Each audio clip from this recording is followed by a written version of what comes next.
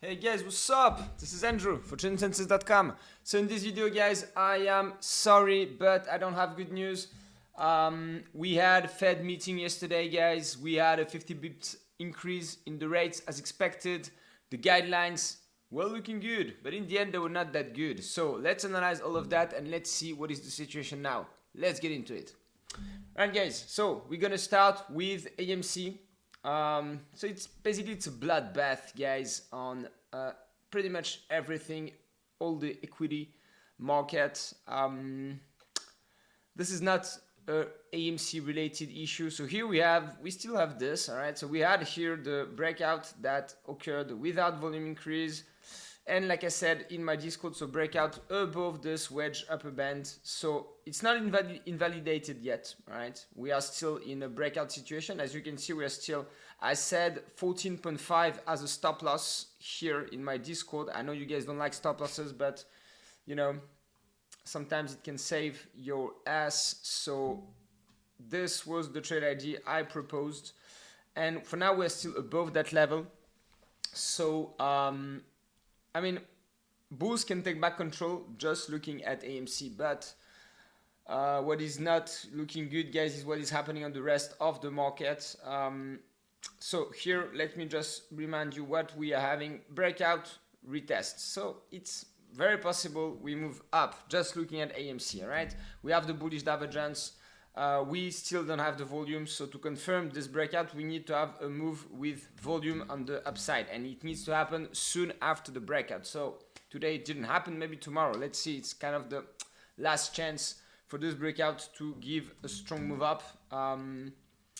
But like I said, guys, what is happening on the market is not good. So GME, what is it doing?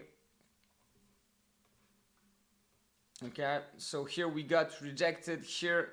As you can see guys, I did my video yesterday and I told you that 130 is the level to close above for bulls to take back control, but that we have this trend line that acted here as resistance. Not really, actually this trend line was not perfect. We didn't even touch it. Maybe on the 4 hours time frame I have the aftermarket, so maybe that's why I had this trend line. Bam bam bam. Okay, so here it worked well. All right, so sometimes the aftermarket and pre-market is giving you better results, even if the low volume involved in this hours makes the signals less reliable. But here, as you can see, the trend line that I drew using pre and aftermarket is giving me a perfect reaction here, and we got here rejected. So bears and control, I think we're going to 105, maybe even 85 guys. So the reason why I'm thinking this is the rest of the market. So let's go to that. I know that you guys want to see me discussing AMC and GME. I know that, but right now, guys, the focus is on the rest of the market. AMC and GME will go better and will, you know, make all the TA you guys want on AMC and GME whenever we're gonna have some bullish signals on the global market. Because as long as right now we're having bad signals, and as long as this is happening, AMC and GME cannot fight the rest of the market by themselves. So what happened yesterday during the Fed meeting? We had a 50 bips increase, which was expected. We're going to have another 50 bips increase in June, another one in July. We basically target 2 to 3% rates for the inflation to start to go lower. So this is what the Fed, Jerome Powell, is calling the neutral rate, which is the rate where when inflation goes down, but the growth is not going down. So it's neutral, right? What we call stagflation, right? This is what is targeted right now. So to do that, he's not gonna increase by 75 bips, which was the good news the market saw yesterday. But guys, there was no good news yesterday. No good news. We just increased the rates. We have a very, very tough inflation to tackle. We have many things that we have no control on. We have control on the demand. By increasing rates, you're gonna slow the economy and you're gonna slow the demand. People are gonna spend less money, but we don't have any way to control the supply, which is lower now. That's why the price rise, right? Supply is lower because of COVID and war, and we have no control on that. The Fed cannot do anything about that. So basically we can control the demand but not the supply, so we don't control inflation. That's a lie. The inflation is not under control, it will never be, but it can still stop going higher and go lower. We need the inflation to come back to the, at least below 5, guys. And in September, after the 2 rates hike, we're going to see more clearly what is going to happen. Because if the economy is, if the inflation is still not under control despite that, it means that the 2% or 3% neutral rate is actually not 2 or 3, is higher. And if we go higher, guys, I don't know how the growth can sustain. So this is a recession risk, and this is what the market is pricing today. Yesterday was a dead cat bounce, guys. I personally took a short position. I sent it in my Discord. I told you guys that, all right, I still have my chart from yesterday. And I told you guys that, there was nothing to do here, right? So right now you can say, yeah, it was a buy. Seriously, it was not a buy, but we still had a strong move up. That was just, pure FOMO, because there was no good news in yesterday's Powell speech. No good news. And I told you guys that here it was the level to sell. So this is exactly what I did on STRIPLEQ, which is the 3 times short ETF of Nasdaq. I posted an alert. I said to buy here and take half of the profits here. So today we're making good money in my Discord. I make good money.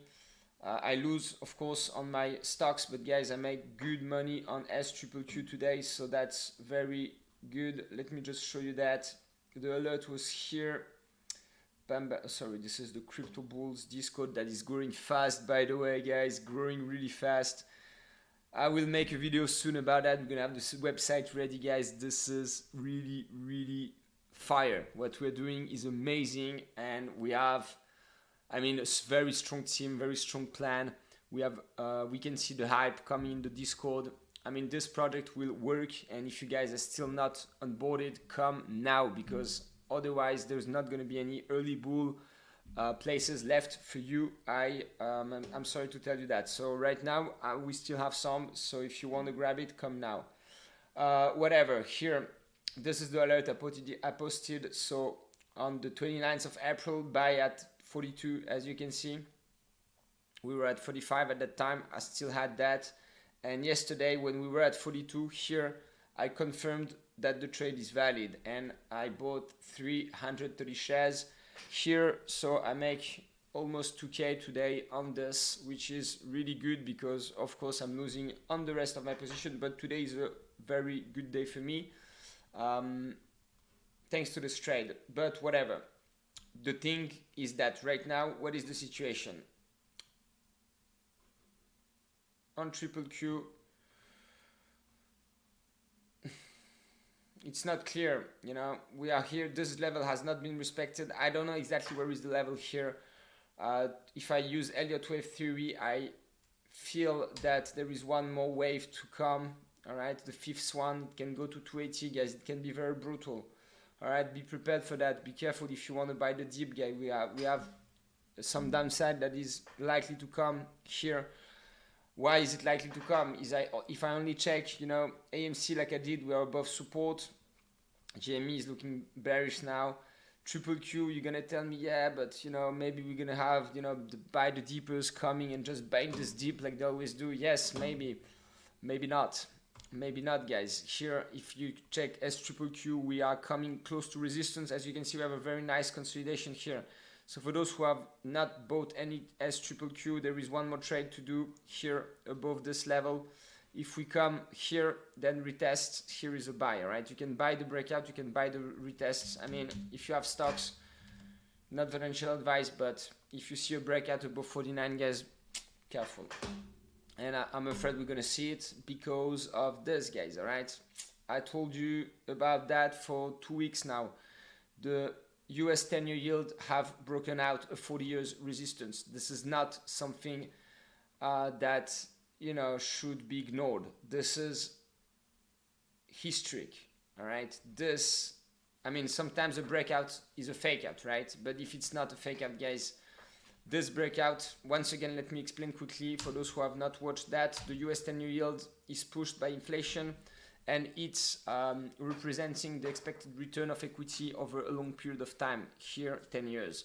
The higher it is, the less likely investors will stay in the equity market, because it's more difficult to beat 3% than it was to beat 2% for equity.